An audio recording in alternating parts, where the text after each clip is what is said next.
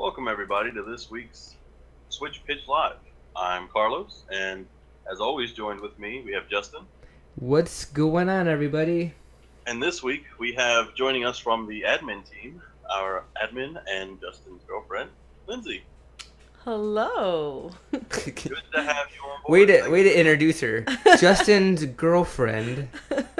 Well, I figured since you announced her in the thank you for the all the likes post in the group, I wanted to bring her in the same. You So know what? I saw that. I saw that earlier and I meant to bring it up. I was like, wow, way to throw me out on blast there. you got the obligatory shout out. So Yeah, I got like titled right there. I think we can tag you. Yeah. I have But too many notifications in my Facebook. I didn't even see the tag, you to be honest. do. You must be a member of our group. Uh, yeah, I get a few of those notifications A here and few. there. Yeah, just a couple. All right, so we're gonna go ahead and get this thing started, and I think the main topic of the week has been arms. Have you guys heard anything about arms this week? A little bit. Yeah, I've heard about arms, legs, legs, knees, shoulders, Elbows. elbows. All of them are great, but arms is really, arms, really stealing heads, the and show. knees and toes, knees and toes.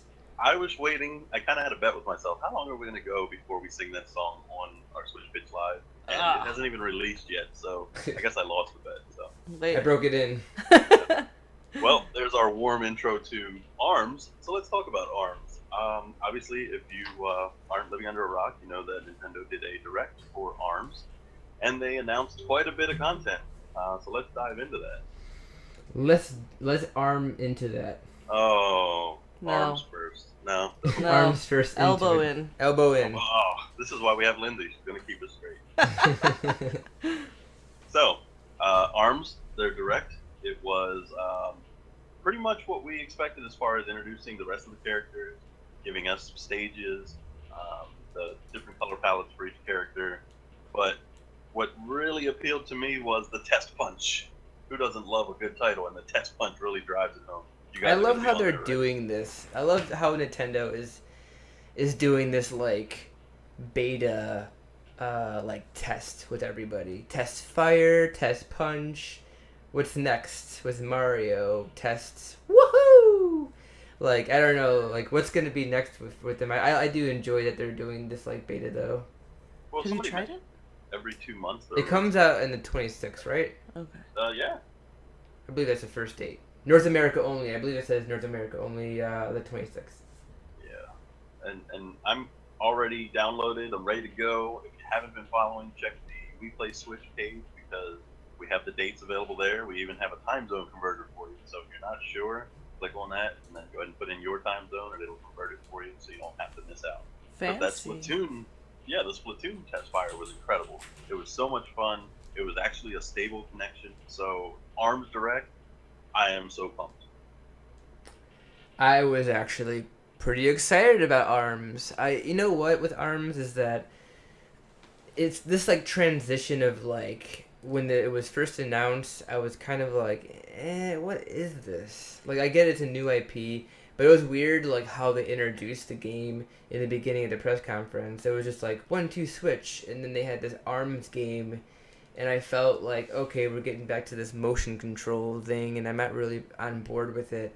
And then there was just a big frenzy of this game. Me and Lindsay went to go to the Nintendo Switch press event here in Chicago, and they had the arms. You were able to actually play the game. Unfortunately, we didn't play it, but everybody was just gathered around there. Everybody was really excited about arms, and then it just trickled in like news, and then we had the Arms Splatoon direct about a few weeks ago, and then now we have this dedicated Arms direct, and ever since then, it's just like I kind of like was just like and then okay, and now I'm like wow, I'm actually pretty excited for this game. I'm thinking about actually picking it up. I mean, what do you think? Well, I already had this on reserve from the day it was announced. You're a Mostly big because, fighter fan, so I definitely knew that you were gonna get this game. well, let's be fair. We both had the same opinion of this game when it was first announced. It was like motion controls. I'm kind of worried about how this is going to play. Maybe it's kind of gimmicky, but they've really done well with the marketing. They put out a ton of information, even though we still have a little bit to go before this is announced. Even the test punch goes live. They've really done a great job with the marketing. The fans are going crazy with the fan art. So this is getting all of the publicity that it should get, and I think when they announced that you don't have to use motion controls, that kind of took it over the top for everybody. So That's one thing that definitely got me for sure is I'm not a huge motion control fan, and the fact that I can play this game just on the controller or whatever, I think that is definitely a big plus for Nintendo. I don't know why they would stick with motion controls. well, I think the motion controls will be fun to try, and maybe if you know get somebody playing with you that isn't as good as you are, because you've been playing for a little bit, it'll be fun to kind of just put yourself on a level playing field and just go at it, kind of like the 1-2 switch, like you said, some of those mini games where you're boxing or whatnot. So It was funny seeing people play it though. We were at the press thing, and people were like playing ARMS, and they were just like so into it, like gripping the controllers. I'm gonna see a lot of Joy-Con controllers being broke because of this game for sure. Use your wrist strap. Yeah, or broken TVs. Just I'm sure it's just a matter of days within the game coming out, where people will be posting their broken TVs because they swung their controllers into them. Oh yeah. To be fair, the Wii, when they announced the wrist straps and then they were enhanced wrist straps with thicker cord, not too many people were crushing their TVs, but there were enough out there where you would see it on Twitter or somebody would post it on Facebook. So, oh, my kid threw it through the TV. I should have known better. Yeah. So I mean, I think by now we're still gonna have broken TV, so it doesn't matter. It's still gonna happen. People don't use wrist straps, so use your wrist. So why don't we talk about the new characters that were announced? And, Let's do it. Talk about our favorites. And Lindsay, we're gonna put you on the spot. Oh no. We're gonna let Justin go first. All right, cool. So I'm actually excited. Let's actually name them. So we have, I think it's Bite and Bark, which is on the left here, and then we have Twintel, I believe, in the middle, and then we have Kid Cobra on to the right here. My favorite is Bite and Bark. I believe these two little combination, they're just really unique. They have, I think Bite has this like English like police officer thing robot police officer thing going on with Kind of RoboCop look going RoboCop, yeah, there you go, with his companion. And then the biggest one that a lot of people are kind of like not complaining about, but some people are just kind of being like nitpicky about with Twintel. I believe I was watching Etika World Network, and he was just like, he was going crazy about the reveal of her. I'm not too sure why, but yeah, that was one of them. And then we have Kid Cobra, kind of like this like snake type of character. Is it just me, or does it look like Predator without the dreads? Oh, I was calling Casey Jones, but I Casey so Jones, Predator now. Miss Predator. I'm looking at it and I'm like, he looks so familiar. I mean, just change the color and throw some dreads on there, and we've got Predator. I do like his David Bowie eyes though, for sure. I think that's pretty cool. And I was going to go with Kid Cobra, but I'm going to go with Bite and Bark for sure. How about you, Carlos? Well, of all the characters, I actually jumped on the hype train, and I did not stray away when Twinell was announced. So I'm still going to go with Min Min, the ramen princess over there. Something about it just maybe I'm a ramen fan, I don't know, but Min Min just took it for me. I just loved how the character was designed, the animation. I mean, we don't know how they fight yet, but from what we saw in the videos, I was just most excited about that one. I mean, not like the internet explosion of Twinell when she was announced, but still, Min Min had her 15 seconds of fame. So. I do like Min Min for sure. But out of these three, Carlos, if you out had to of pick these one of these three. Sorry, I just really like Min Min. So He's making up his own options. He He's doesn't just care like, that you're Min giving Min, him the limit what now. character is this, Carlos? Yeah, you cropped the picture, so maybe Min Min's to the right and left. Just slide over a little. Okay. It's there. Next slide. No, I'm Kid Cobra. I think that he has this like fighting game look to him. You know, like when you're looking at like Killer Instinct or Street Fighter or Mortal Kombat, there's always that ninja in there, and that is what draws me is those ninja characters. So I'm going with Kid Cobra. And Lindsay, if you were to buy this Predator. game, Predator, Ooh. Predator. you're just like Kid Cobra. I'm not a fan of the like Lego robot dude, and Guys. I'm not a fan of female characters. It's a lie. You play Katana in Mortal Kombat. Okay, that's true, but only because she has awesome blades. She and does she's have just awesome got great, blades. and it's the blue. I was gonna say Anything. blue characters. Yeah, Right? blue. My favorite color is blue. I'll kind of pick anything that's blue. Unfortunately, I'm not gonna go with Lego RoboCop though. I'm gonna go with the Predator because I think he looks way cooler. He does actually look pretty cool. I'm not gonna lie with that one for sure. I don't know why. It's just like maybe it's the eyes, the David Bowie eyes. You just called it right there. So. David Bowie eyes. It's gonna stick for sure. It will. Should we talk more about arms and? Yeah, let's talk a little bit more arms. I don't have an actual slide. I was gonna put some of the gifts I had in the group on here, but unfortunately, it wouldn't let me put it on here. So, a few things that they had covered was their arm combinations. Yes. That was just crazy. I believe they stopped at what 9,999 or something like that. I always love when they put that figure out. Like somebody's gonna count them. All right, let's put these two together. All right, that's one. Like nobody's doing that, but I guess You know what? man. I'm gonna give it to Nintendo fans. There's someone out there that will start counting. There was already people in the group that were like analyzing the whole entire Arms Direct for sure.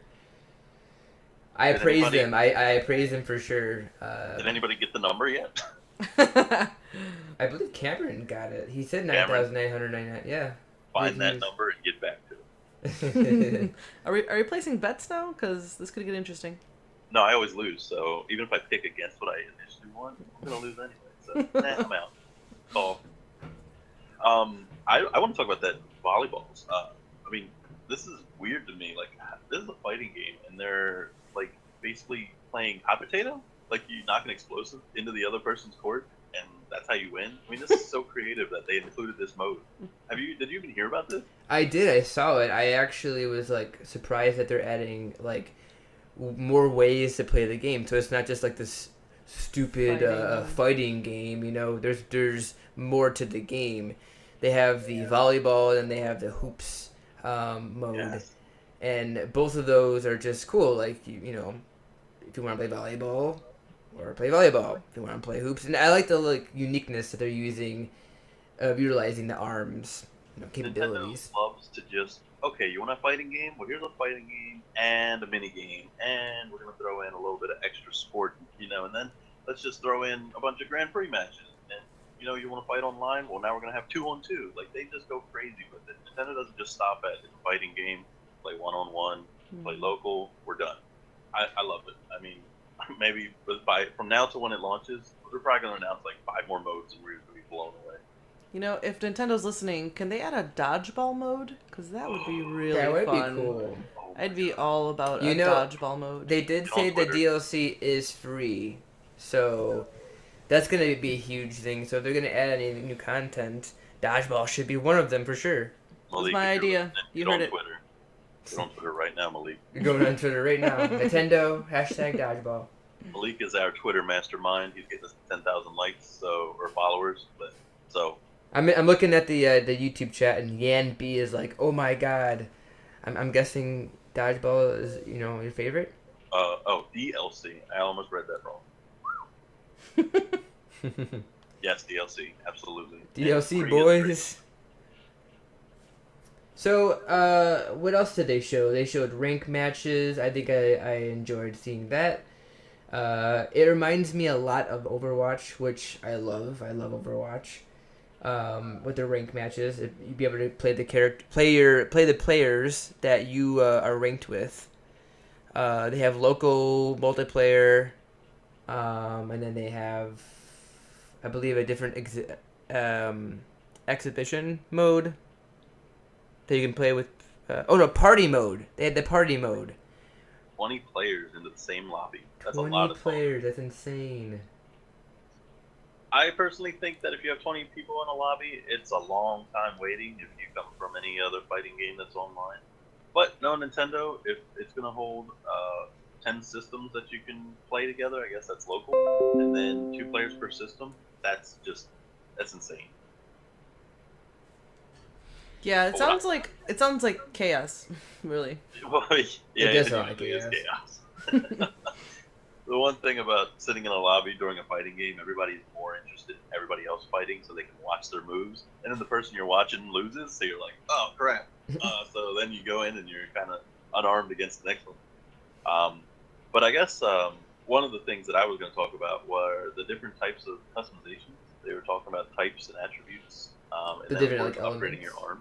Yeah. Yeah, those are pretty So cool. you got the fire, electricity, wind, ice, stun, explosion, and blind. Um, some people were more like, bruisers, where they go in with all the heavy artillery and you pick somebody like the mummy. And then there's other people that are real like calculated, so you're gonna go in with like the blind and ice. So I, I don't know why I'm a personal fan of like fire and electricity. I'd never block. That's my thing. So if you ever play against me online, count on me never blocking. I'll be the one catching arms to the face, but I'm still attacking. So I'm going to chip damage away at you while you're blocking. I'm the same way. I never use block. I forget there's even a block button at times until I see someone else block, and I'm like, oh, I should really be doing that more. Yeah, like games that force you to have a block button, like Mortal Kombat and Soul Calibur, Mm-hmm. those buttons get unassigned and put to like another punch or something. I never Yeah. even used block. Yeah, exactly. Oh no, I'm a big Soul Calibur fan as well. So half the team here at Nintendo Switch's We Play Switch group won't block, so feel free to pound us. I think that's really about it, though, right? I mean, they showed the new characters. They showed the free DLC at the end. They showed the modes. Yeah, the local wireless mode, pretty much expected. You play 8 players, separate systems, so And just look forward to then, the test punch, right? yeah, and then they had the test punch, which is going to be pretty big. Look forward to that on the 26th of next week. I believe that's Yep. Friday. Stay tuned to the We Play Switch Facebook page because we're going to update times. We're going to make sure we remind people, and if you're following the page, then you'll know that you're getting all the news as it happens. If you're not following, get on there and follow it. All right. Want to go to something next? Yeah, so what do we have next? Splatoon 2? Splatoon 2. That was, like I said earlier, the test fire was incredible. It brought me in. I didn't play Splatoon on the Wii U, and now I'm so excited about having this game. But what do we have announced from Splatoon 2 this week besides, of course, the game's going to launch in June? July, I believe. July 26th or July. It's somewhere in the Julys. Fantastic. July 21st, we're going to have Splatoon 2. I don't think they announced any more test fires, but we are going to get the full game shortly, and we're going to be inking the hell out of everyone we see. And I guarantee that I'm going to spend most of my time online playing this of all the games, just because the online was so incredible. I'm really excited for Splatoon 2. I love Splatoon, the first one. There was a time when the Switch came out, and I was just like, should I sell my Splatoon 1? And then I thought to myself, I kind of smacked myself in the face. I was just like, no, I can't sell that game. I just can't do it. I'm glad that they showed us a brand new story trailer. I think that it's going to go even deeper into the game. Splatoon 1 does have a storyline and a story campaign. It's not really that long. They wanted to focus a lot on the multiplayer with the first one because it was a new IP at the time. Now that everybody knows what Splatoon is, I believe they're focusing more on the backstory with I believe their name is Kali and Marie. If I get their names wrong, you can correct me. Their backstory, I believe Nintendo is tweeting out like their backstory, their chapters and stuff like that, which is pretty cool. And then they have this picture here to showing you all the octopuses and just the characters inside the game. Yeah, the art is gorgeous. I love this picture. It's awesome. There's actually an Easter egg in this picture. The girl's dress is a Zelda Breath of the Wild, not Breath of the Wild. I'm sorry, Zelda Triforce in her dress. If you didn't see that, it's pretty cool. I'm trying to see it. I don't see it. It's really small. It's like I was so right big, here. I don't see it. You gotta zoom in. It's like a triangle Triforce, and then there's a bunch of little little triangles. I see it. I don't know. Is that intentional? I mean, I think it just looks like part of the pattern, and people might have just been reading into it. Scott Sweeney says the story for Splatoon 1 was really easy. I definitely agree with that. It was a very short story. So it was your first. Is it your first time playing Splatoon, Carlos? Yeah, and I don't know anything about the story mode of the first one, but I do know based on the reaction of having more of a story mode for this one, everyone was extremely pleased to hear because having a story mode for a game, even though online is the main focus, gives people more to dive into and really want to get involved in more than just the online play. And it gives you more opportunity for DLC, extended story. So I'm pretty sure Nintendo at this point they know what they're doing. They're bringing everything that the fans are asking for, and not just trying to satisfy people so they stop talking about it. They're really giving quality content for all this stuff. My main thing that I want is this horde mode. The horde mode is incredible. Salmon Run. Oh yeah, from I believe that was at the Arms and Splatoon direct. That Yep. looks pretty awesome. Because I mean, horde mode for like Gears of War and zombie mode for Call of Duty, this needed it just to give you something to do while your friends aren't online and you don't want to deal with playing with a bunch of strangers that you can't communicate with. This is like utter horde mode at its best, and I think they incorporate everything really well with this game. So I'm ready for it. It needs to hurry up till I can't get here soon enough. Lindsay, did you play any Splatoon games or get in that test fire? When Justin got the first one, he was really into playing it, and he let me try it, and I was just awful. just, I couldn't get into it. It was just, it was not my kind of game. I tried, I played a couple with him, and, we were playing against each other, but it was just ridiculous how bad I was. So it wasn't something I ever really got into. So I'm definitely not a Splatoon fan. Unfortunately. I'm sorry. Well, that's all right. It's a fun game. It's not one of those games where if you're not great at a first person or third person shooter that you're kind of alienated from playing it. So you can still pick up a paint roller or dual wield some ink shooters and join in the fun even if you don't get first, second, third, or fourth place. But at the same time, you're still having a great time and you're contributing to the team that needs you to cover up some area. There's plenty of ways to play the game. And one of my biggest things was I wanted people, if they had rollers, start covering some map. That's how we win the game with most coverage. And I'm out there with my dual wielders, and I'm going after the other team.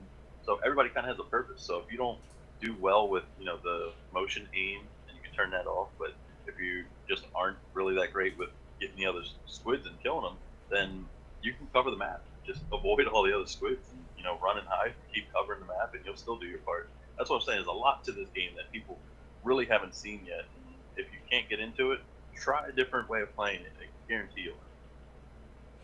Yeah, to be fair, I didn't give the game a fair shot. I tried it. But you had an entire hour. What did you do? She played the multiplayer. I played the multiplayer, and to be fair, I tried it so shortly. It was just not. And I gave up. I gave up. I got really frustrated, and I was like, I don't understand what's going on here. And Justin, I don't think explained the game to me at all. He just handed me the remote and was like, here. And I was like, what is happening? And it was just like paint, and then I just kept dying, and he just handed a remote over to me, and I didn't know what was going on, and I was just like, I hate this game. Get it away from me. Full disclosure, when I played it, it was the second half of the test fire I finally picked up what I was doing.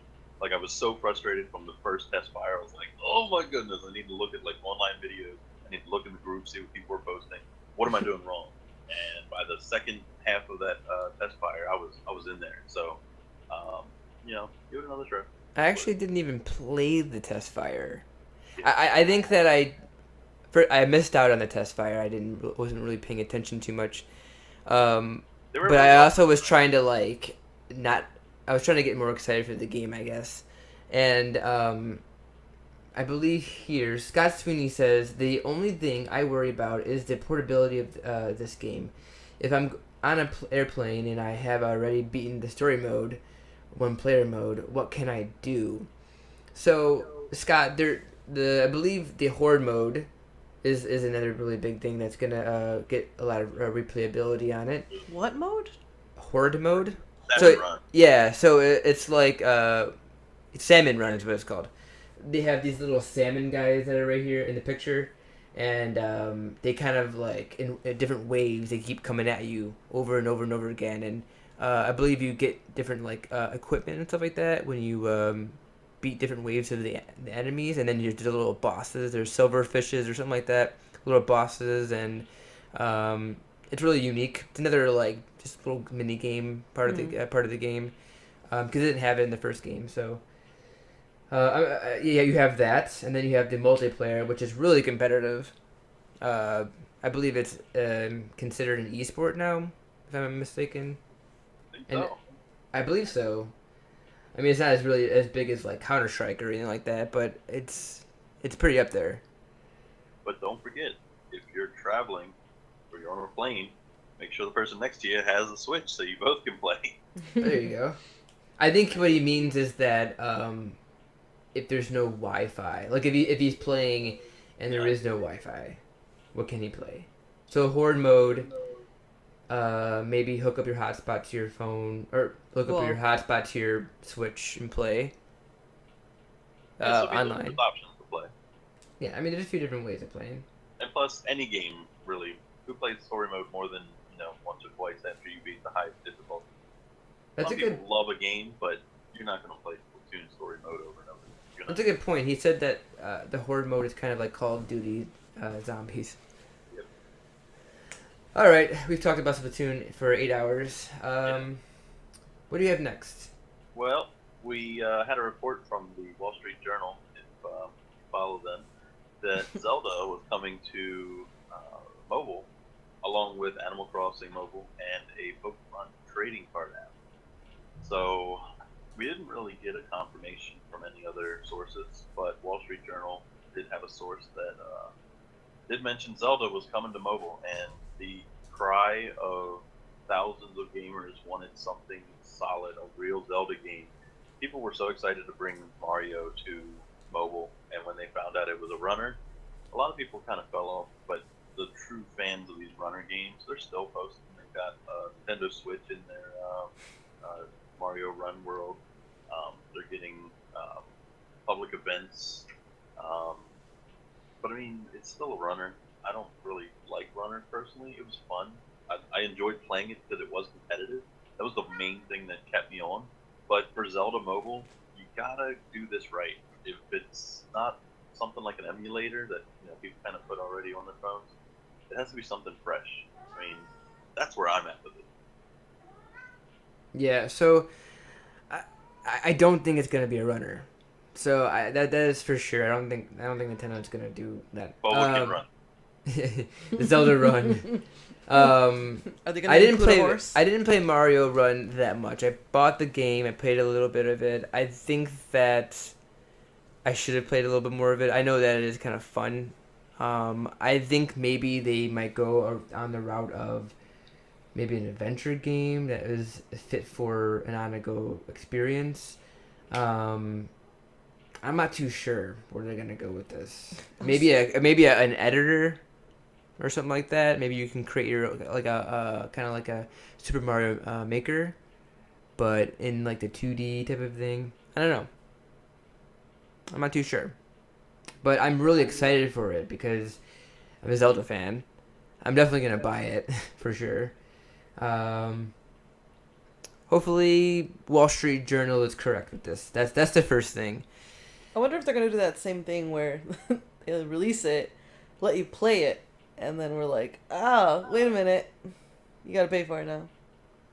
Yeah, that was kind of messed up. A lot of people, when they got past the very first 3 levels, they're looking at it like, I'm not paying $10 for this. Yeah. And that's where they abandoned it. Yeah, so it's so funny. I was chuckling to myself when you guys were talking about the runner games at all, because a coworker of mine was playing it and he comes to me and he goes, "Man, have you played the new game? It's on the phone." And I was like, "Oh yeah, but did you actually pay for it?" And he goes, "No, no, it's free." And I'm like, "No, no, it's not free. You're gonna have to pay for it at some point." And he's like, "I'm so far into it though. There's no way. I'm really far. There's no way they're gonna stop it now and make me pay for it." And I was like, "I'm pretty sure you have to pay for it at some point." That was people's biggest complaint. And he comes to me the next day and he's so disappointed and he's like, "Man, it stopped me and it tried to make me pay $10. I'm not continuing with that." And I'm like, "But you were so dedicated. You were so into the fact that you got so far." And he was like, "And then they just got me. They just got me and tried making me pay $10. And I'm not doing that." "You were right." And I was like, "I'm telling you, So that's why far, everyone." He got 4 levels in. Is it 4 levels in? He claimed he was really far into the game, and he was like, "There is no way that is going to stop me now." And I don't even know at what level they made you pay, but he claimed he was pretty far in. So I don't know. He might just be a little, small crayon in the box. I do like their concept with it, though. I believe going through all these levels, there's different costumes and stuff like that you can play with the game, and then collecting the different color of the coins. Each different color is going to be challenging. I do like that, whatever they did. I don't think they're going to do this with Zelda. I just think that it is going to be something completely different. My speculation, if we can speculate, what possibly could you do in a Zelda game on mobile? Because every Zelda game kind of has the same premise. You either go through dungeons or shrines, you're finding equipment, you are exploring. I think it's not going to happen. We're not going to see a Zelda game. That's my speculation. That's your speculation? I don't see how it works. I don't either. I agree with that. I don't see it. He's right. I mean, Mario, I could see how they turned it into something, because it's just the game itself is you're kind of going towards something, right? You're running towards something, kind of, the classic game. And so I can understand why they redid that in mobile and how they passed it off as that. But Zelda is it's just an exploring kind of game. That's not something you do on mobile at all. I don't see that. And if they somehow turn it into a weird runner, I don't even know how that would work out. I don't think it's true. Plus, if you think about it, the only other option they can go for is like a Pokemon Go thing. You find these checkpoints to, open up chests, and that's how you get equipment. I mean, it just sounds like whatever they're thinking of. If they are, please do it right. Yeah. Not that Nintendo would do it wrong, but just do it right. But we also have the Animal Crossing mobile, which I know I should be more of an Animal Crossing fan. I love Animal Crossing. That should come to mobile. I mean, there's no reason why it can't. That's a perfect example of mobile game. Right. So, Wall Street Journal, maybe not Zelda, but Animal Crossing, we're there. We're all kind of in agreement on that. What do you guys think about Animal Crossing? I did not like the Happy Home Designer game. I bought the game. I get why it can appeal to a certain audience, but I don't know. It wasn't you. I just couldn't get into that game. I love Animal Crossing. Like, Animal Crossing New Leaf is like the best Animal Crossing for sure. The fact that you can just fish and create in your home and hunt for different or getting new bugs and stuff like that. They had the fossils and stuff like that. I'm not too sure. I'm not too sure where they're gonna go with the mobile version though. So. I guess E3 will have to wait. What about you? I'm sorry. Animal Crossing mobile. Did you like Animal Crossing? I played the first one on my, what was it, my DS? I really liked it in the beginning. It got a little boring after a while. I was really into the fishing and collecting, and decorating my house. And then after a while, I don't know, it just didn't really go anywhere, and I kind of got bored of it. So I stopped playing it. I didn't get too far into it. I played it maybe near half.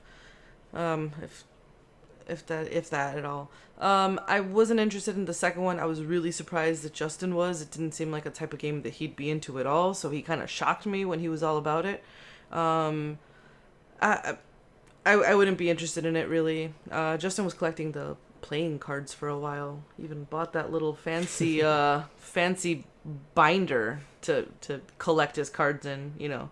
I had it shipped from Europe because they didn't have it here in the United States. So I was like, yeah, I need these cards to be like sleeved and pristine condition. And it was like the first series or whatever, the Amiibo cards, and I got into it when I was in this like Amiibo craze, and then after that first series, I was like, no, it's sucking all of my money. Like I bought a whole box or whatever, and I was just like, I'm done after that. But it's obviously it's a lucrative money for Nintendo, and they know that they're gonna make a lot of money off of bringing it to mobile. We've been waiting for this game for a while. It was supposed to be coming out in April, but they pushed it. I believe it says fall. Wall Street Journal says that it's gonna be fall. And then after that, they also said that there's going to be a new Pokemon trading card application. There is already a Pokemon trading game, I believe. I don't know where it's at though. An app for your phone though? Yeah, so it's going to be an application where you can play the trading card, the game, collect the cards. So if you buy a pack, at the store, you can use the code and you can put it into the application, and then you can get a digital pack.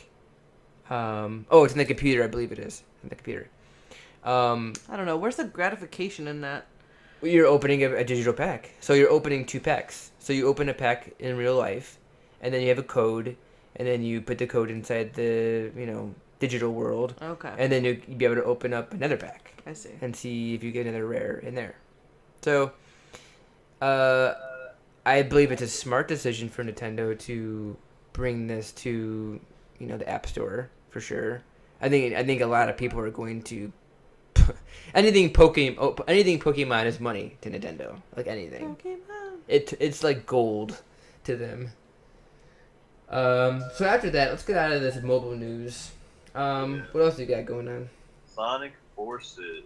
We talked about that a little bit in our last replay Switch pitch, and we saw this shadowy character that we didn't know who it was, and the world kind of speculated that was going to be Bubsy, or maybe it was just me reading some Reddit forum. So either way, we finally know who that shadow is, and that shadow is whoever you want it to be. It's you. Because they announced the hero creator, which if you have been following anything Sonic for the last, I don't know, decade, people have been making their own Sonic characters after the whole debacle with Knuckles and the rights to the characters from Archie Comics. So if you're not sure what that is, look that up, because it's interesting to know why we don't have Knuckles or any of the Kindles. So you can create your own Sonic characters, though. I like that they made a red Sonic. That's what I've wanted my entire time loving Sonic, is a Sega game. Now I have a red Sonic, and I can accessorize my Sonic red with glasses, boots, whatever it may be. It's the little things in life, isn't it? I mean, that's kind of like I'm a sucker for. I can, sit for an hour and make my own character if there's enough customization. I mean, even if it's just color palettes, but as long as I can change something, I want my own. This, I honestly think, is huge for Sega. So Sonic is not doing too well right now. I think this is going to be their last hurrah with Sonic. If this doesn't do well, I don't know how much longer they're going to be making 3D Sonic games. They might go back to the classic ones. I'm really excited actually for this. This is little Justin coming out, because when I was young, I was so big into Sonic, I actually created my own characters. Like, I was in school making my own Dragon Ball characters, and then also making my own Sonic characters, and both of them have listened to their fans. You got Xenoverse creating your own character, and now you have Sonic Forces where you can create your own character. So I'm really on board with this. The fact that you can create your own hero, I think, is huge for them. It makes me actually want to buy Sonic Forces. So I'm really excited for this game. In the beginning, when I saw the reveal trailer last year, I was kind of like, this looks like a more another linear Sonic game, and I'm not really about it.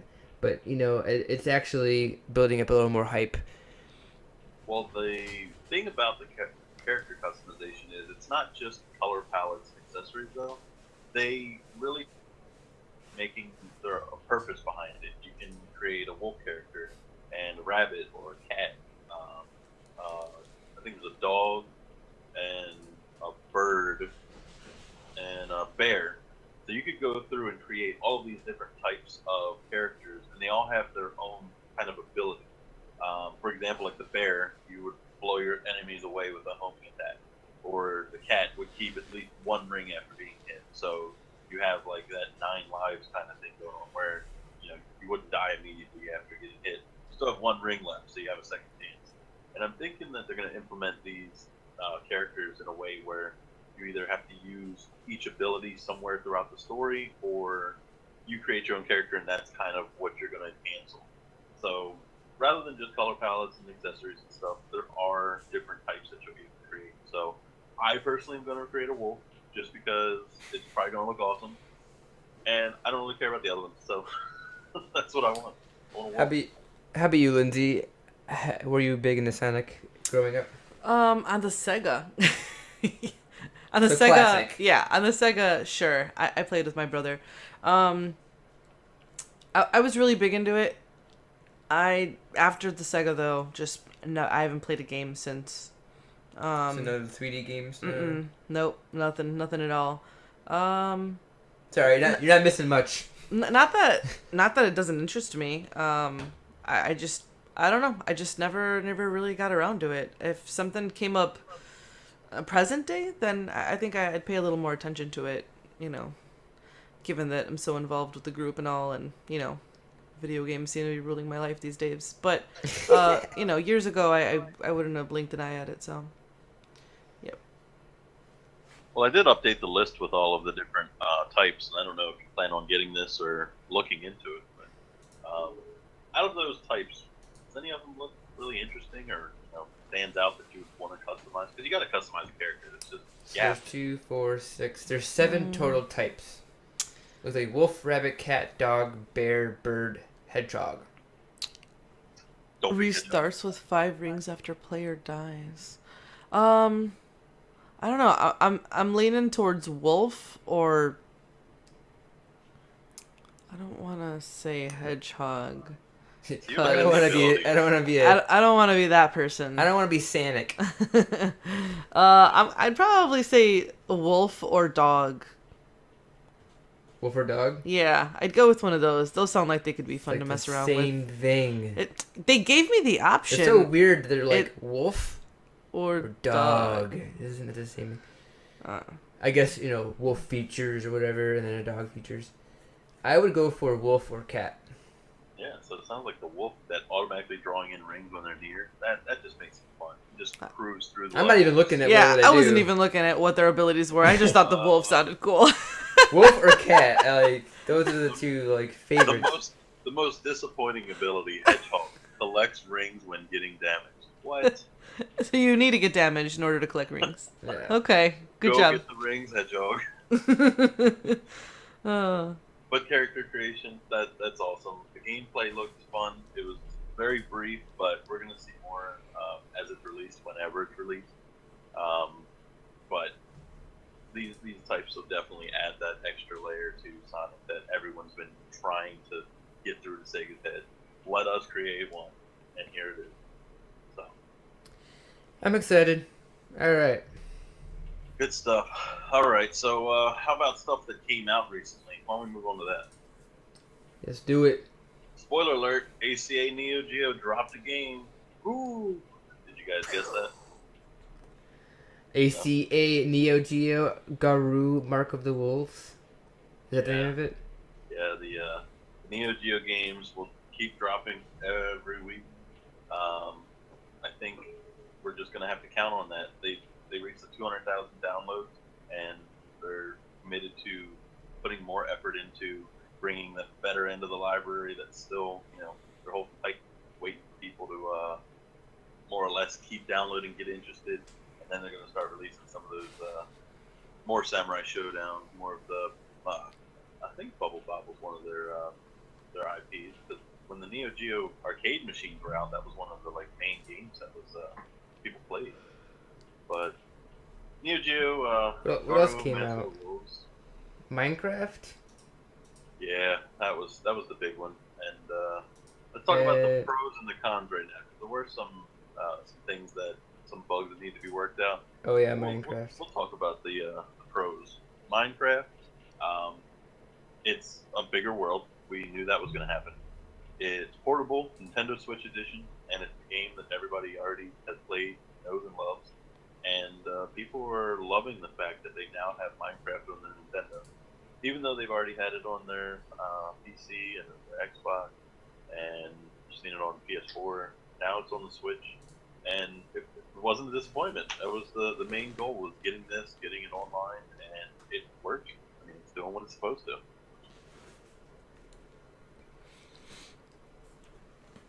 And what else came out? Minecraft fan? I was really big into Minecraft for the longest time. I'm so done with Minecraft. I have it on like every platform, and I'm trying to move away from Minecraft. In these days, I have so many like video games to play. I do think that the people that are into Minecraft, the fact that it's on the Switch is perfect, and I do recommend anybody get it. Portable Minecraft the right way. You know, it was on the phone, it was on the Vita, didn't do too good, but now it's on the Switch. I believe that you should definitely pick it up for sure. We got what else do we have here? We have Battle Sports Mikaru, which is only in Japan, and then we have Rudy Minical Dark Witch musical episode. This looks like it's a rhythm game, like an anime rhythm game. I was looking at a little bit about it. I mean, it looks a little cutesy, you know. It's an eShop game, right? So. But if you're into that kind of stuff, go for it, man. Yeah. That Battle Sports, though, someone posted in the group. They bought it. They are in the Japanese eShop, and they said it's an intense battle above what Bomberman is. So if you like the battle effort of Bomberman, but it's more fast-paced and a more, I guess, strategical, even though Bomberman is strategical, this was kind of like the next level up from Bomberman. So if it just wasn't enough for you, that Battle Sports Mikuru, I hope this comes to the U.S. soon, because every time I see pictures of it, I really want to play it, and I haven't seen any gameplay other than the trailers and what was on YouTube. I want to see somebody in the group, if you have it, play. Throw us up a video. Show us, some gameplay of it. And I think we should let Lindsay produce this one. Go for it, Lindsay. Go for it.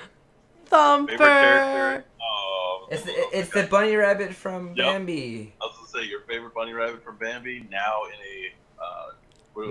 in a steel beetle that's driving through the audio waves. Random fact: I've never seen Bambi. What?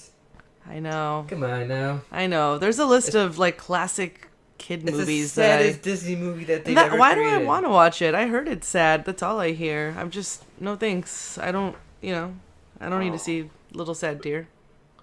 Well, even though you haven't seen Poor Little Thumper and Bambi, you have seen Thumper the Violent Rhythm game. Yes. Let's talk about that. Oh man. So you downloaded it, right? Yeah. So we got it a little early, and so I've been playing it for since yesterday. I pretty much played it. I pretty much played it an entire day. I played it yesterday.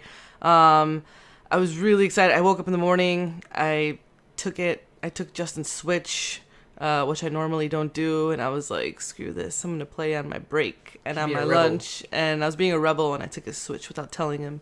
And so I was playing that, and I got home, and I was playing. I was gonna buy this game actually, so it was kind of a plus that we ended up. Shout out to Drool. What's that? Shout out to Drool. Shout out to Drool for hooking all up. Yep. They hooked us up. They gave us the game just a day early, but it was still awesome to catch up on it. The game interested me. It just from the beginning. I I didn't know what it was. Justin had to show me a trailer, and as soon as I saw it, I was like, "This looks awesome!" And my plan was to buy it. So, it lived up to what I was hoping it would be. I don't know. When I'm playing it, I have a couple of different things that I see. There's these moments where I feel like it's got this Tron thing going on. I don't know if you see that at all, but it reminds me of like this Tron, like very, I don't know. It's got this. I can see that because it's kind of like Tron is going into a video game, and you are like a beetle that's going through these like airwaves. You're kind of cruising through something. Yeah, it's just the music too. The music is huge. The only complaint that I got is the fact that I wish the music. This is a game that you need to listen to the music in order to play the game, to listen to the beats and to pick up on it correctly. And if you're out there and you haven't actually played Thumper or know what it's about, it's a picture. I don't know if you ever played Guitar Hero, but there was DJ Hero as well, which was a little bit more button pushing, not so much like trying to play a band. And I actually had DJ Hero, and I was really addicted to DJ Hero for a long time. So when I saw this trailer to this, I kind of gave me a little flashback, and I was like, okay, we're going with rhythm and beat and music, and it's just a little bit more, I don't know if violent is the right word. It's not a violent game, like, by any means. It's just a weird little silver beetle, and it's just skidding through this track, and the track is just giving you all these random little beats, and it gives you a little tutorial, and it tells you, press right and press left and jump up and hold down, and you got to hit every little beat at the exact time, and if you end up missing the beat, you shed that like outer exterior shell, and you're kind of more vulnerable for a little bit, and if you hit another beat and you miss it, you pretty much die. But if you do a certain amount of beats in a row correctly, you'll end up gaining your shield back on, and you'll be able to last longer. And then there's like a boss that you beat at the end. It's just quick beats. You got to be really quick with the buttons, and you got to be quick at like catching to see what's coming at you, because it kind of comes at you last minute. What did you think about it, Carlos? Well, I was gonna say, how far did you get? Do you remember what stage? She's now on the second part, so she beat the first.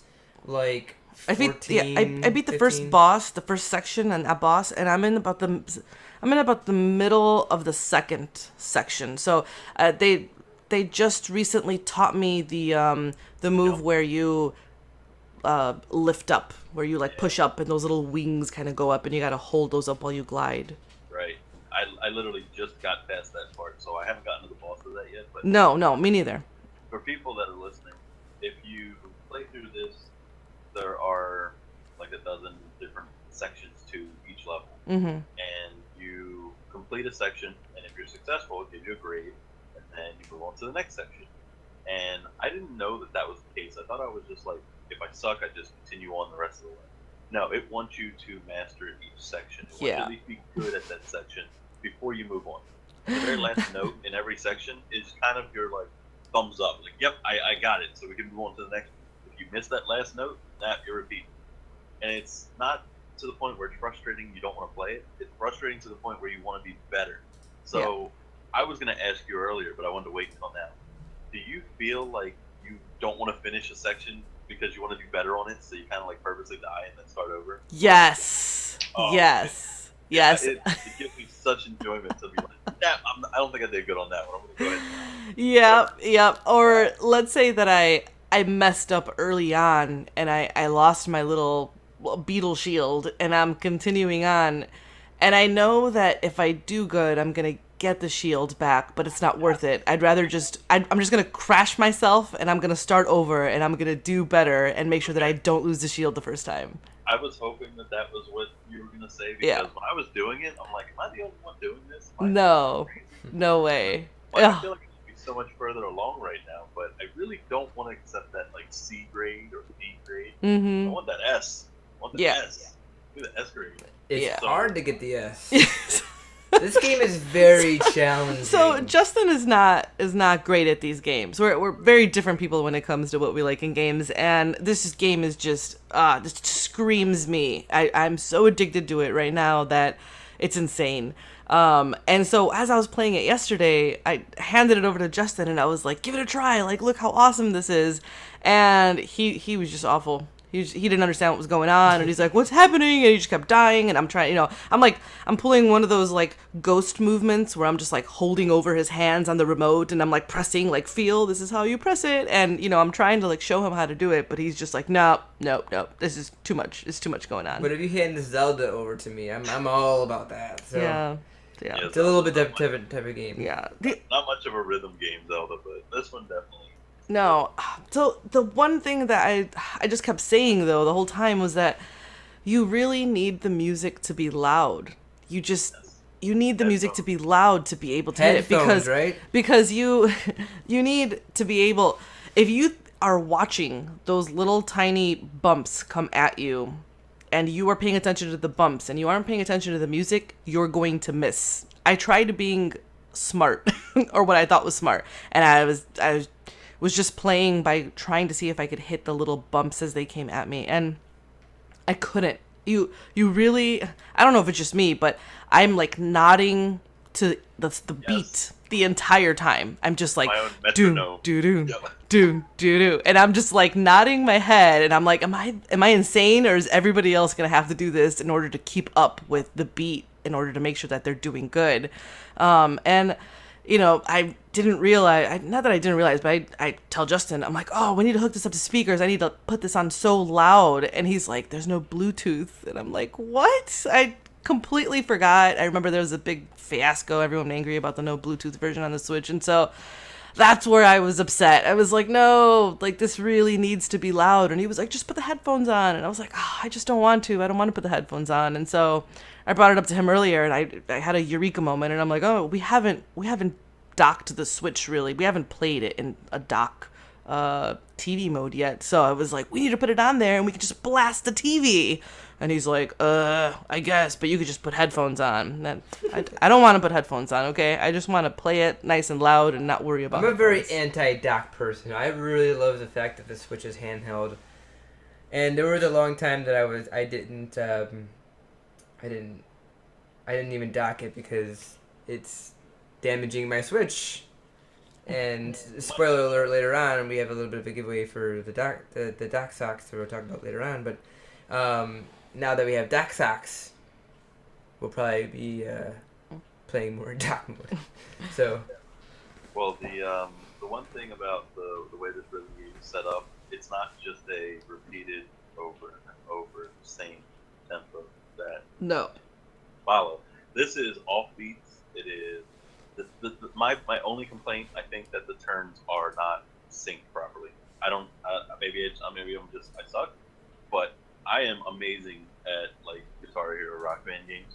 I hit those notes perfect. That's what I strive for. Those perfects.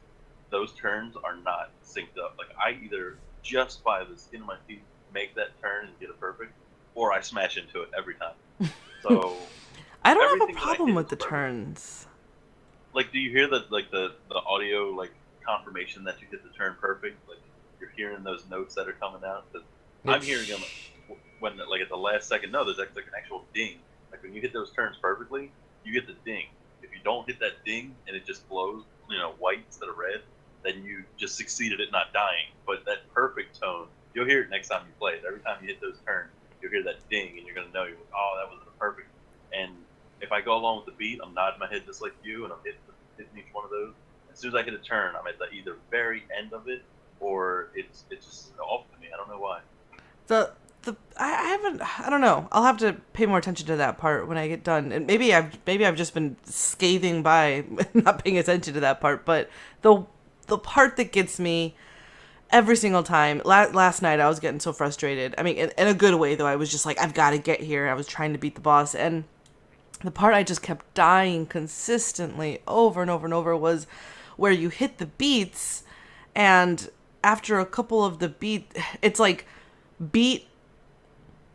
I don't even know how to describe it. It's like where you press the button once and then you hold down and then you gotta press the button quickly again. It's like a jump almost. I don't know if you know what I mean. I wasn't sure if you were supposed to like hit those arcs that are after it, but I mean, it works. I was just I was getting really frustrated at the part that I kept missing it, because as soon as you miss the first hold down button, when that row of like all of the hold down just supposed to just go in a row, it's just like 20 things in a row, and it's just like banging through it. As soon as you miss like the first one, you're just like you just blow up, you're just ruined. Like there's no recovering from that, and that's what I kept doing. I kept missing the first one and just, exploding into thin air. Of our watchers, and I don't mean to cut you off. I think we could probably talk about this for the next 2 hours. I guarantee it. We're on stage 2, everybody. She is gonna have Two. a full review later on, so she can talk about that forever in that video. I don't believe it. She's not gonna stop playing it, but to do the review, you're gonna have to review her while she's playing. You know what? You might as well. I love it. I can't say enough good stuff about it. The music, the beats is very. I love it. I love everything about it, except for the fact that I can't play it loud and Justin won't let me dock it and listen to it loudly. But other than that, I love the game. If anyone out there is considering buying it, I'd say do it. Go for it. It's definitely worth it. You won't regret it. $20. So it's only $20. Yeah, it's $20. The amazing thing is that this team that makes up Drool, we were looking for their Twitter, and their Twitter is actually the game, because this is their first game.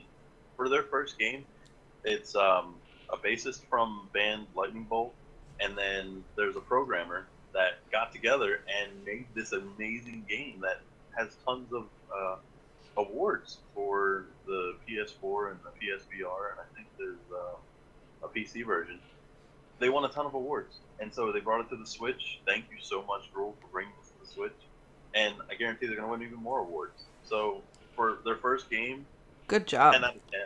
Yeah, that's a good job for them. Good job. Yeah, seriously. Good name of the company, because Drool, this game literally makes people drool. They need it. So Bella's asking, is it single player only? And I don't know. I haven't messed with the other options to see if it is only single player. We'll have to mess around with it. We'll get back to you guys. Do you know, Carlos? I don't want to share with anyone. This is my game. I'm not playing with anyone else. It probably is just a one-player game. It was a one-player game on PS4 and on PC. So I don't know. It would be cool if it was 2 players though, because if me and you could do like a side by side and see who had like the best score, like that would actually be really awesome. I think I'm going to do this often. Malik, get on Twitter. Tell them we need a side by side. They do have the leaderboards, the rankings. So I was playing this at the softball field, and it couldn't connect to the internet. And I thought, oh no, this has to be on the internet to play. I'm so screwed. And it was just to update the leaderboards. So there is online leaderboards. There is. You can follow that.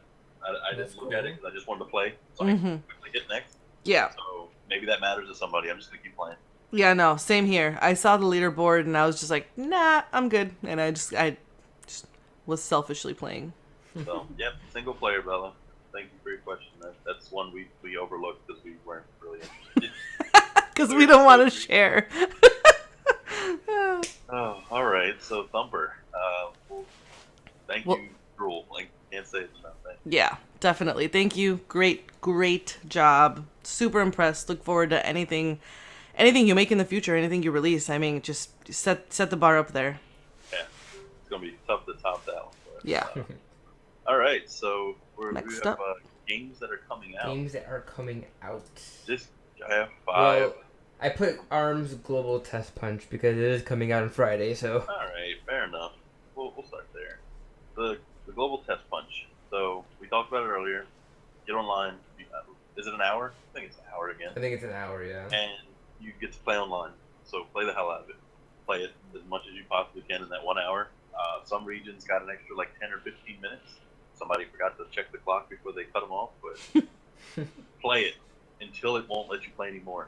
Because on the 26th, when this starts, everyone is going to be posting in the group. They're going to be commenting on the page. We're going to be updating it nonstop. So we want to know what you think. Did you enjoy it? What didn't you? And I'll have Lindsay play it, and so she can give a good idea of how the game is. So. And we're gonna play one. We'll of come them. back to you guys next week. We're gonna promise to play at least one of these test punches with just motion control, because I think we should get the whole experience out of it. We shouldn't be cheating. The whole experience. Yeah. So we'll do. I accidentally hit the sleep wake button on my Switch, and Thumper's blowing to my peripheral vision. It's calling you. It is. It's like, hurry up, dude. So, and this so we can play. So the weekend of the 26th and the weekend of June 2nd. Yep. And those times, some of them may seem like they're inconvenient times. It's because the rest of the world is playing with you.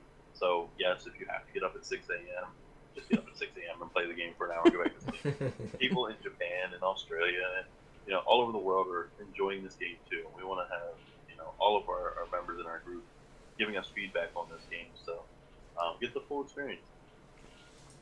All right. Cave story. Wait, did I have this in there? Oh, wait. What's next up? We're still on upcoming games, right? Yeah, it should have been Disgaea 5 and then Street Fighter. Alright, we'll just talk about Disgaea 5. Disgaea 5 complete. I'm excited for this game a little bit. There's something about it that's exciting me. But there's a demo out right now, so you can try it out. The demo. I'm gonna try out the demo and I'll get back to you guys and then on the game. It is a tactical RPG game. That's really about it. Yeah, and we talked about the Disgaea Complete. It's giving you some additional, all of the DLC from before, all of the content that you had before, and they're bringing out some additional features. So it's not just the same game you've been playing. You're going to get extra features down the road. Do you have a slide for Street Fighter? I don't have a slide for Street Fighter. I'm sorry. All right, I quit. I'm out of here. Thumper wins. The one game I wanted to talk about, Street Fighter 2. It's like he did it on purpose, really. It's coming out next week. It's coming out next week. May 26th specifically, Ultra Street Fighter 2 Final Challenge. I believe all three of these things are coming out the same day, aren't they? I believe so. Man, that day is going to be kind of crazy. Well, the games are steadily pouring in since people... We'll be on vacation. Yeah. We'll be me and Lindsay will be on vacation during that weekend, so that would be perfect time to have a road trip and play the Switch. And Monday morning, go for work. And play Thumper. And play Thumper. I might play it again. I don't know. What about you, Linda? Are you going to pick it up and play it? What's that? Thumper. She's going to play it after she gets off the stream. I was playing it right up until we started, and I was like, I'm not turning this off until you're starting. So tell me. And it's just sitting right next to me. I know everyone hates us right now. Yeah, I know, right? But anyway, those are the games that are coming out soon. The Arms Test Punch is coming out, Street Fighter 2, and Disgaea 5. So look out for those. Look out below. Look out below. Why don't you click to the next slide and we'll go ahead and talk about that. Bam! So we're gonna try to rush through these real quick because we're already past our time. The Cave Story Plus announced that they are coming out with Nintendo Switch version. So these are all going to be games that have announced that they are going to be on the Nintendo Switch. And people said that there is no games for the Nintendo Switch. Well, I believe you're wrong. Cave Story Plus coming to the Nintendo Switch. You get these little cool keychains if you get it. I don't know if that's going to be forever though. They announced Slime-san. Looks a little cute, cutesy game. This is also an indie game as well. Marvel Superhero 2. Lego Marvel Superhero 2. I love the Groot and the Rocket Raccoon thing on there. It's pretty awesome. The first Marvel Superheroes, I love that game. That game was awesome. So I'm pretty excited for this one. Dusty Raging Fist. This looks pretty awesome. It has this like bunny like ninja thing going on here. Looks pretty cool. This is One Piece, the Ultimate Red or something like that. What was the name of the game? Ultimate World Red. One Piece Ultimate World Red Edition. This game is called Use Your Use Your Words, the party game. Party game. Yes. Project Rap Rabbit. I'm gonna pause here because this game is building some controversy. Not controversy, but Just some buzz. just a little bit of a buzz. They had their stretch goal. They're on Kickstarter, and they had their stretch goal of Nintendo Switch for about almost $5 million. But then they pulled back and they said, you know what? A lot of people were saying they want this game on the Switch. Let's take that away. Our stretch goal is now $1.5 million. So right now it's on Kickstarter. Go fund it. We want a Parappa Rappa game on the Nintendo Switch. This is gonna be the Parappa Rappa game on the Nintendo Switch. So go on Kickstarter, fund this game, get it to $1.5 million. That's all I gotta say about it. Yeah, it's funny that Parappa the Rapper has this, like, I don't know, cult following from back in the 90s that people love that game. And I mean, I played it and it was okay, but for some reason after I was done playing it and moved on, something about it like stuck to like the world, or people just love Parappa the Rapper. And I don't know why. I think it's just like one of those things where it's like when it's an internet meme, it sticks around and then it becomes relevant or what. But when it's still a working title, Project Rap Rabbit. It might not even be the name of it, but when it was announced, not many people were reporting on it. And so we were like, you know what? We're throwing it up on the We Play Switch page. We're going to talk about it in the group. And we were surprised that people were, discussing mostly about the stretch goals. I think they just put the stretch goals in place because they weren't sure that Nintendo Switch fans even wanted the game. So they threw it out there at the very last stretch goal and said, hey, if we raise $4.5 million, we'll even throw it on the Switch. Well, Switch fans spoke up, and within 24 hours, they pulled it. I think they're biased a little bit because they said they wanted on the PC and the PS4 first because Parappa Rapper is a Sony game. But now that the developers are not really like partnered with Sony, they can do whatever they want. They can put it on Xbox if they wanted to, but this would be a perfect game to be on the Switch, so why not? Maybe they thought that. Maybe they thought that Sony fans really wanted to play this game, and maybe just Nintendo fans didn't want to. But Nintendo fans speak out for sure, as you can see. Lindsay, let me ask you this: did you play Parappa Rappa? I have no idea what that is. No. It was that like rhythm game that was kind of based with like this like rap, like. Rap thing. I don't know. It's a very unique game. It came out on PlayStation 2 or 1. I'm not mistaken. Was it the first one? Yeah. It was the first one. Like a rhythm and beat. Are we rhythm and beat game, but it was more like old school rap. No. I think like DDR control, where you had to push a direction or a button, and it had to match up with whatever they wanted. Yeah. Oh, okay. And he'd be like, look, dude. Okay. Yeah. No. It was so corny, but because it was corny, everyone didn't care. They didn't care it was corny. It was just corny because it was the thing. That was the whole charm about it, and that's what Rap Rabbit is. I only saw like a brief. He doesn't even like he doesn't even look like a rap artist. No. He just looks like like more of like a. What's with that scary frog? He might be his like Miyagi. Yeah, this might be his teacher to teach him the rapping ways. Yeah, because that's what frogs do best. Yeah, he is a old frog that knows the rap industry. Wise he is. Wise man with a drone, randomly just spinning in there. For real, why is there a drone? There's a random drone. I didn't even make that.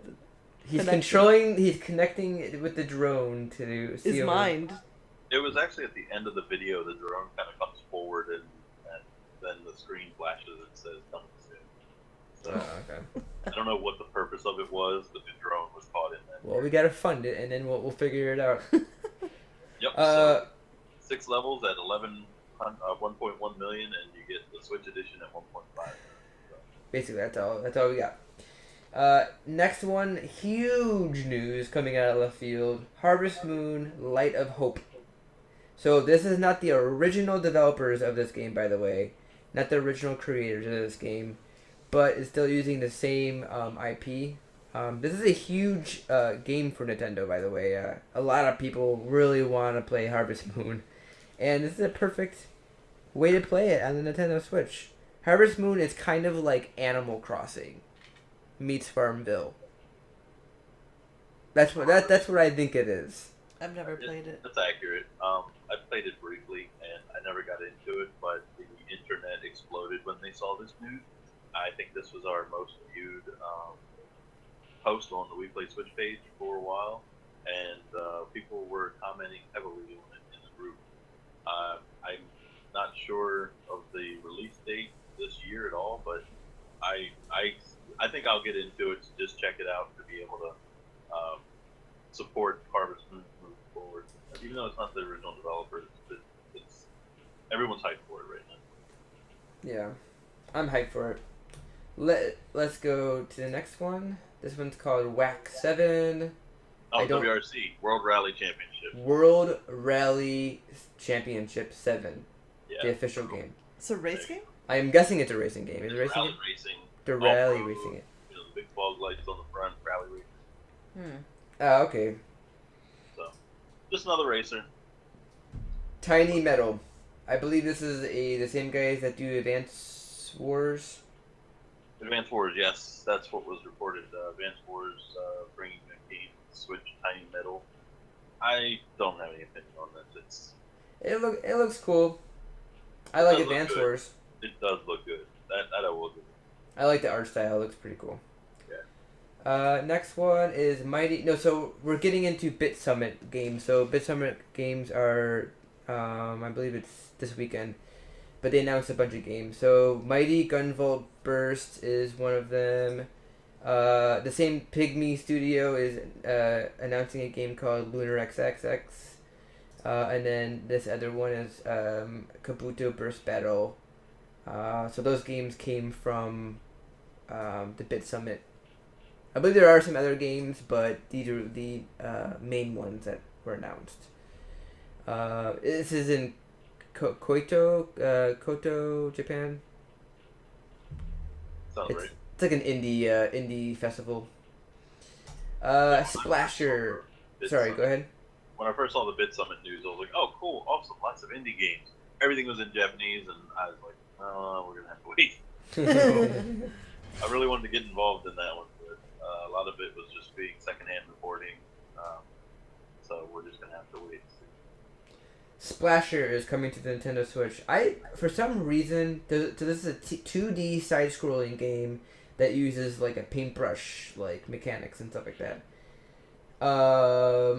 The way that I'm kind of thinking it is like it's Splatoon 2D. It's a lower version of Splatoon. Yeah, it's like an indie version of Splatoon with not like the quirkiness with the whole. It's like a 2D side scroller. This looks awesome though. I like some 2D side scrollers, but this one looks pretty awesome. Yeah, and it's already out on PC, Mac, and Linux, and it's coming to the Switch, which is awesome. What have people been saying about it? To the ones that have already played it. Well, that's the thing though. It didn't really like talk about any like awards it won or anything it was nominated for, but for it to have enough backing to where they're going to bring it to the console, specifically the Switch, shows that it's a game worth playing and worth downloading. Yeah. And not just bringing out a new game altogether for making us wait till next year and put it out on all the platforms. This is a game that we're seeing in the eShop. If it's already successful like Thumper, they bring it to the Switch. This is a new platform, so you can get more people to see your game. So yeah, very true. I'm interested. I'm gonna have to YouTube it and see if I find some cool. gameplay. Do you like the art style? I do actually. I mean, I like that it isn't as wild and wacky as Splatoon. It looks it looks like a calmer version of Splatoon. So I think that's kind of what interests me. So I'm gonna have to check it out. He's a cool guy with his paintbrush. That's right. Shantae the Half Genie Hero is coming to the Switch, guys. I believe this is already on a Wii U, right? Yeah, and that's Shantae. It only got revived, in my personal opinion, because of the previous game. I don't remember it was on. I want to say Sega, but I'm probably wrong. But Sega. Shantae was on the previous console, and it was just one of those. Oh, it was a PlayStation game. It was a rare game, and so that was the attractiveness to it. Like, oh, you have that game; it's worth so much money. You know, people were trying to buy it and sell it all day long in trade groups. And then they brought one out for the Wii U because Nintendo apparently hates scalpers. They just want to see people suffer when they bring out another game and drive the I love when they cost do of that. game down. So Shantae is reborn and reborn again in the Switch version. So if you miss it on the Wii U, apparently it's a fun game. It's worth at least checking out. I don't see them doing a demo for it, but Maybe. I'd say on the Switch it'd be worth having a good story game to play rather than all these online games that are coming up. All right. So next topic is accessories. Is that what you have in your slideshow, the accessories? Yeah. So we have a few different accessories that were announced yesterday. So these, by the way, these are not coming to North America yet. Quote unquote is yet. Boo. Or Australia. I can't leave that. Or Australia. Right now it's just Japan and EU. Boo. Yeah, boo. But they'll come. They'll come to North America. The Pro Controller is driving people nuts because, one, it says Splatoon 2 control. But number two, it's colorful and it has this subtle art on the face of it. It's so cool to see the art on the front of this Pro Controller. It's like a smoke-colored translucent plastic. So all of the art on there, it's subtle. It's not loud. And then you have the green and pink grips on it. So it's just everything to me. You know, it's all of the things in one controller. So I have It's Splatoon. Yeah, and it's Splatoon. I have 3 Pro controllers right now, and I'm like, yeah, maybe I'll get a 4th. It will come to North America. Nintendo likes money. People, they know that people want to spend money on it. You got a carrying case, which looks pretty awesome, and a screen protector, by the way. It's like an 80s like fanny pack. I don't know. It does look like an 80s fanny pack. And then we have the first Nintendo Switch bundle. Yes, and someone pointed out ever so kindly the download code caption in the bottom of the box. And I don't know if this is a mock-up or if it's the official, but Splatoon download code included in the bundle. I highly doubt it's going to be the retail $2.99. It's going to be the cost of the game. It's too much cost for them. And that's why you don't see Joy-Con color variants. It's the neon blue and red again. So yeah, it's definitely going to happen. I don't have that picture, by the way, in here, but there is variants for Splatoon 2 as well coming out. And I don't know how they're going to do that because they have both in one pack. So that means, like when you went out and bought the blue and red neon pack, it was the opposites of what came with the console. I don't know if the OCD fans out there like me, if I have 2 different colors, I need to match them. So there has to be either an opposite version of them to purchase, or I'm just forever going to have this green and pink Joy-Con. Here is my theory. This is my theory. They are coming out with neon colors. Eventually, they will have individual ones, stuff like that. They have the yellow ones coming out for ARMS. They'll have the pink and green ones for Splatoon 2. And then they'll have the red and blue ones, just the regular ones. They'll have them available. I don't think these are going to last forever, though. Eventually, these things will fade out, and they'll come out with new Joy-Con colors eventually.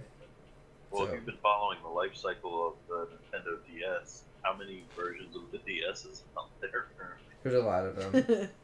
Yeah, so... manufacturing costs them a lot of money. So if you are a collector out there, I recommend you buying these because they won't be there forever. So even though it's a download code, it's still a bundle. Yeah. So next news is Mario Kart 1.1 update is out. The biggest thing that a lot of people are talking about is here in the picture you can see here is that the Inkling girl is showing a gesture, offensive gesture. Nintendo pulled it out, so she's not doing that anymore. I don't think it's really offensive, but it can be offensive to other people. So I think it's hilarious because Japan and the U.S. they just kind of blew it off. They were like, the Asian girl's celebrating, and then in Europe they're like, why is she flicking us off? yeah, because that means in Italy, right, or something like Italian. Up yours, It's up yours, yeah. So it's definitely important to understand different cultures, I guess, gestures and expressions when you're putting it into a game. And apparently, this isn't the first time in Mario RPG. Bowser's celebration looked like he was giving people middle finger, and and so that's not the first time that Nintendo had a oops moment. So Inkling Girl, we're gonna miss you telling everyone behind you of yours, but I should have put a RIP thing on here. Rest in maybe peace. they'll patch it back in and say, you know what, the hell with it. Probably not. But did you want to talk about the other things that were patched, or want me to take that? Yeah, you can go ahead and talk a little bit about that. So some of the small things like the tournament clock, it now actually shows real world time. That's a big thing, like in the current generation consoles when you're playing online. The clock in the background, it actually now reflects real world time. So it's not just some generic time back there. So they did add that. The Mii's, they have actual facial expressions instead of just looking like blank zombies. So that's a nice little addition that Nintendo threw in there. One thing that I personally like, starting positions for online races. When you join the group, that's your place that you start. So it doesn't just randomize, it doesn't throw certain people in front all the time. When you join, that's your spot in the race. So good addition for me personally. And one of the things that we realized by accident, if you have more than 100 friends, you couldn't create a friend lobby. So they fixed that. So they fixed it. More than 100 friends. Yay. That was a big issue at the beginning of the game. Yep. If you watch our thoughts and opinions, we definitely talk about that. Yeah, so maybe it's just people in the group that were on the post about friend codes that have that problem. Maybe people out there didn't accept the 100 friends, but it was a problem. If you were in our group, you had a lot of friends. Yeah. It was going nuts with friend codes, so we saw it, we experienced it, thankfully it's patched out. So then there's the invincibility period after you spin out. It's actually longer now when you're in an online match. People were complaining that after you got a star and somebody either hit you with a lightning bolt or whatever happened that you spun out, you would lose your star quick, and it would kind of like ruin the point of even having a star. A star means invincibility. Why not? Why am I not invincible? So at least you get a little bit of extension while you have your star power after you spin out. So that was actually a good thing that they caught that I didn't even realize. And then my favorite, which I saved for last because it's the first of this list, your opponent's names are shown in your rear view on online matches. So you can see who's coming up behind you, not just Koopa Troopas coming up behind you, or, I remember who's playing Princess. Well, now I know. That's I pretty can cool. see the names in the rear view, so whoever you are behind me, you're going to catch a green shell in the face. I have no discrimination for who can get a green shell in the face. So. That's actually a cool add-on. Yeah, so Nintendo, they really do think about their patches, even though if they patch the system, it's just for improvement and stability. Everything else, they really do go in depth in what they patch. I enjoy that. So, but that's the 1.1 patch. Who knows what they'll have in the 1.2 patch? Maybe. Who knows? It's gonna be. If there's any complaints. Stability and update. I think. Stability and. All right, let's talk about some E3. E3. It is coming up. What to say about E3? I mean, we want so much to be surprised, but at the same time, we want to know what we're expecting. So you can find out. It says so they have a Nintendo Spotlight, and then you can see here on your time zones accordingly Nintendo Spotlight, I believe, is what they're calling their Nintendo Direct for E3. I don't know, but I think this is Well, what it is. this is Nintendo Spotlight is because they don't want it to be a huge announcement, but this is the time when they're going to present what they have for E3. And then following this is their Nintendo Treehouse, right? Yes, Nintendo Treehouse will be after that, the day after, which I have right here. Nintendo Treehouse 5.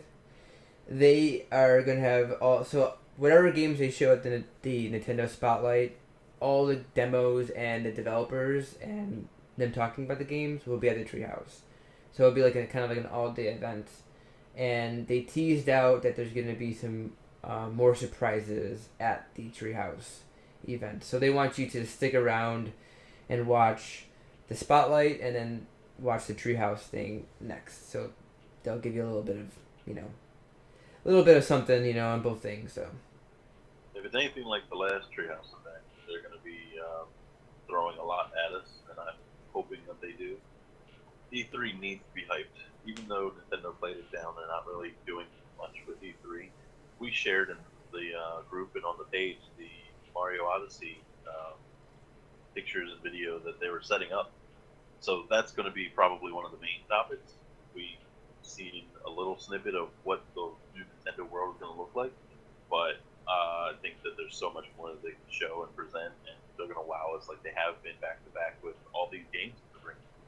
yeah, I'm pretty excited. We know that Mario Odyssey is officially going to be playable Yes. on the show floor. So if you are going to E3, I would get into that line because Nintendo is very good at giving cool swag. I believe at E3 of last year they were giving out some cool blue T-shirt for Zelda Breath of the Wild, and then you had this like coin or something like that they were selling on eBay for like $100. So definitely get in line and talk to us about how Mario Odyssey is because we're really excited about that one. What's next, Carlos? Well, aside from all the E3 hype and goodness, which we definitely are excited for, it looks like we have a giveaway. Giveaway? I believe it's rumors. Oh, maybe it's a rumor. That is a rumor too. Rumors. We'll start with it. Mr. Golden Sun. There's a rumor that there is a giveaway. Stay tuned for the end Later. of the video. So, Golden Sun Lunar Nation, that popped up out of nowhere. It was a Nintendo Switch with the title screen that was flashing, and people had pictures all over the internet, and no one had any idea where it was from. This is a YouTube video.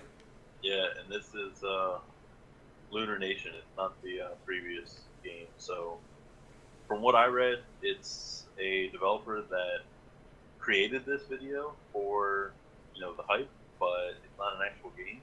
I don't know what anybody else heard. I'm still following it to see if something does develop from it. What did you guys do? I am really excited. If they do have a Golden Sun game coming in for the Switch, I'm definitely gonna buy it because I played the Golden Sun for the Nintendo DS. That was the last game that I played, and that was the last Golden Sun game that came out. So it's been quite a while since Golden Sun has seen the spotlight. So I'm pretty excited if they will create a Golden Sun game for the Switch. This is not a fake. This developer, whoever created this title screen, should work for Camelot. Absolutely. For sure, because it's very well done, very well made, and I'm excited. That's really all I gotta say about Golden Sun. And there was a big audience. A lot of people were excited to see this come out of nowhere, come out of left field. So That's one of the good things about the Switch. If something comes out of nowhere, whether it's believable, whether it's fake, real, confirmed, everyone's excited. News for the Switch is exciting. So let's just keep going with some more news. next Like the rumor. UI. Next rumor was rumored UI features. So we know that Nintendo's going to come out with new features for the Switch. A few of them were messaging. So friends messaging was one of them. I don't believe I remember all of them. There's a lot of them. Virtual console is one of them. There's a ton of them. So the rumors are that there's going to be user interface features, a bunch of different ones throughout the whole year. Next is the big one. So non Nintendo Switch related. We only bring this up because we see that Sony is trying to create a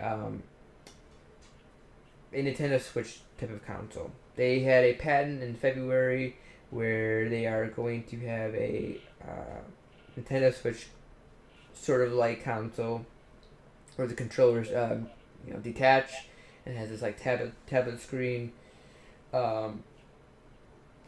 So there's a big rumor right now. I don't know if you actually heard about this, Carlos. That at E3 this year, Sony is going to announce a successor to the PlayStation Portable, to the PlayStation Vita, and it's going to be something like this. There are several different rumors on it. It is codename PSP3. One of the biggest rumors is when Square Enix was talking about how they're going to be developing games for the Nintendo Switch. On the translation, it says PSP3, but no one talked about it. And also there is someone else that's inside that says that they are going to be announcing this system.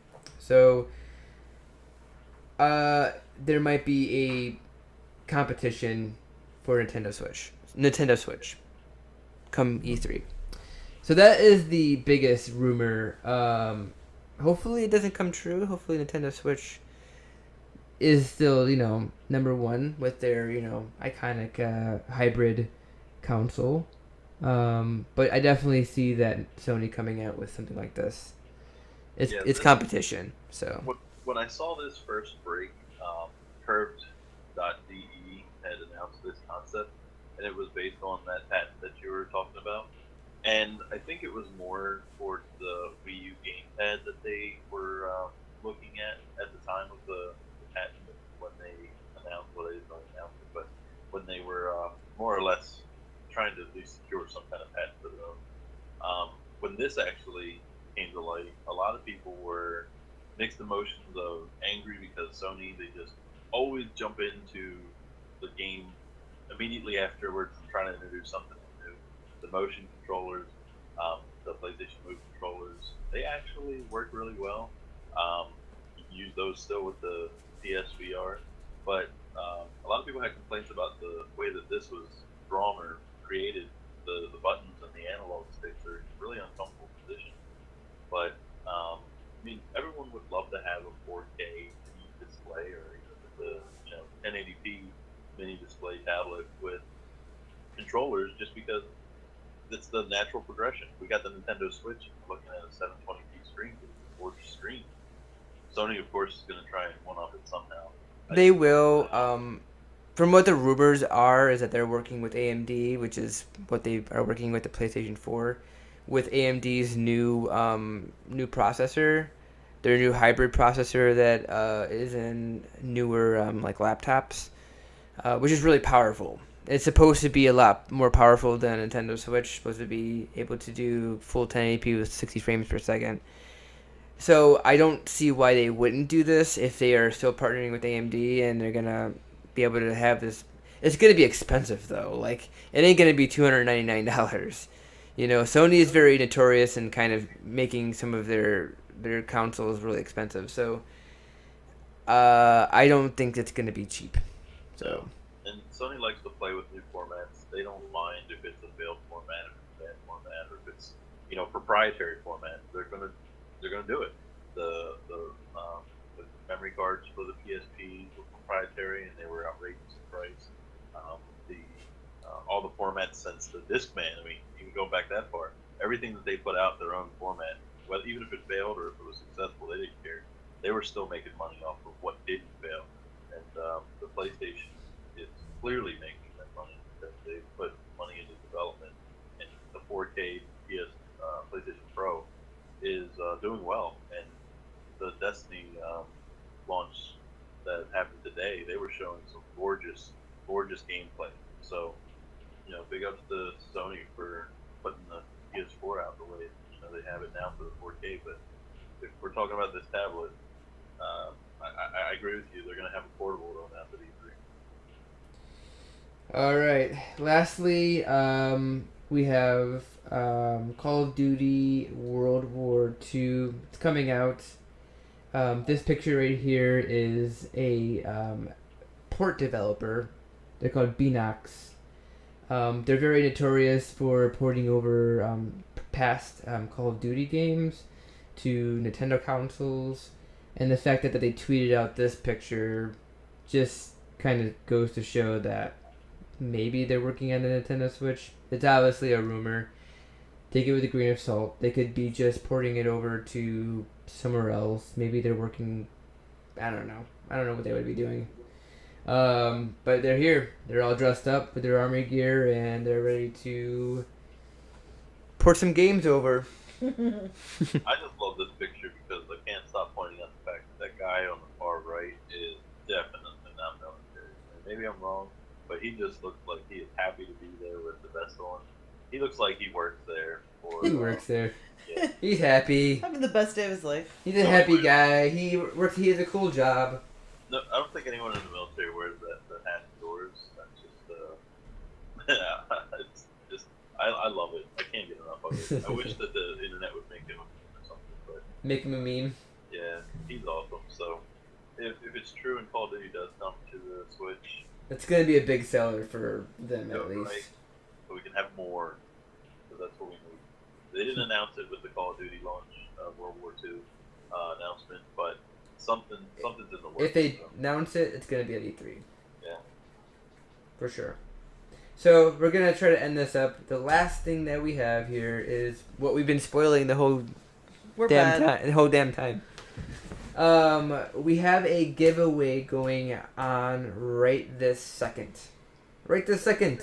Right now. We have a courtesy from a company called Active Patch. They're on Etsy. You can just go on Etsy and type in Active Patch. And they specialize in custom dock socks for your dock. So if you want to protect your dock from getting them scratches and scratching not even the screen but the hardware, this cover will protect from that happening. And you can customize it with any image that you want. She also has pre-made images on there, like Zelda, Mario, I believe there's Donkey Kong on there, a whole bunch of different stuff. So she gave us 4 different variety of ones. If you go onto our YouTube channel and you check in our Dock Sock review, I'll show you the 4 ones that we have that we're going to be giving away to 4 lucky people. So 7 days from today, we will be giving them away. All you have to do is subscribe to our YouTube channel, like our We Play Switch Facebook page, and just comment down on to hear this video or one of our videos or even one of our posts going #DocSocks. Don't comment here in the live chat because unfortunately it doesn't count. If you're watching on Facebook Live, you can comment there, #DocSocks. We're gonna count it no matter what. I'll look at all the comments, where we mention it, and I'll make sure that it counts. So after that is it. That's it. We have a review. Lindsay's gonna put a review for Thumper. She also has a Puyo Puyo Tetris one that she hasn't been doing, but she's gonna do it.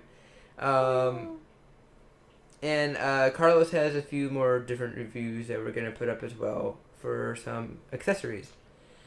And I have a new different segment. It's called What's the Buzz? So it's a segment that I'm gonna create. I'm working on it right now. Basically, it's a segment where I talk about past rumors or current rumors, or speculations, and we just talk about those rumors, and we just talk about them in that own video. I'm a big rumor speculation person out of the team. Unfortunately, everybody else, they only like real official news. I like to speculate and think about what can happen and what might happen. I need facts. They want facts.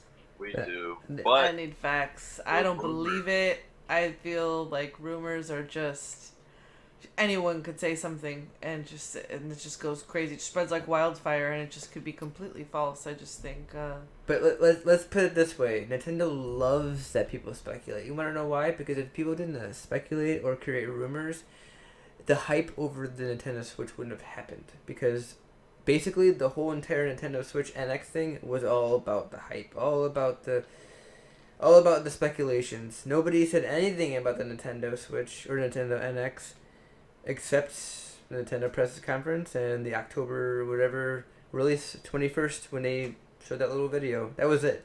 That was the only thing they said about it, and everything was speculated and rumors. It's the only thing you've got under your belt. That's it. But you know what? It's the only Watch one. those videos. What's the buzz? Hype train. We're gonna end this video. It's been an hour and 45 minutes. Lindsay went to go play Thumper and go to bed. Well, we apologize. We missed last week's episode, so we had some making up to do, which is probably why this week's happened to be a little extra long. A little longer. Just a tiny bit. Just a tad. So next week it'll stay, within the hour. Or hour and a half. Or maybe an hour and a half. We make no promises. It's all rumors. You guys can speculate it later on. Well, I am Justin. I'm Lindsay. Interrupting. I'm... And you are. And I'm Carlos. Until next time, have fun switching it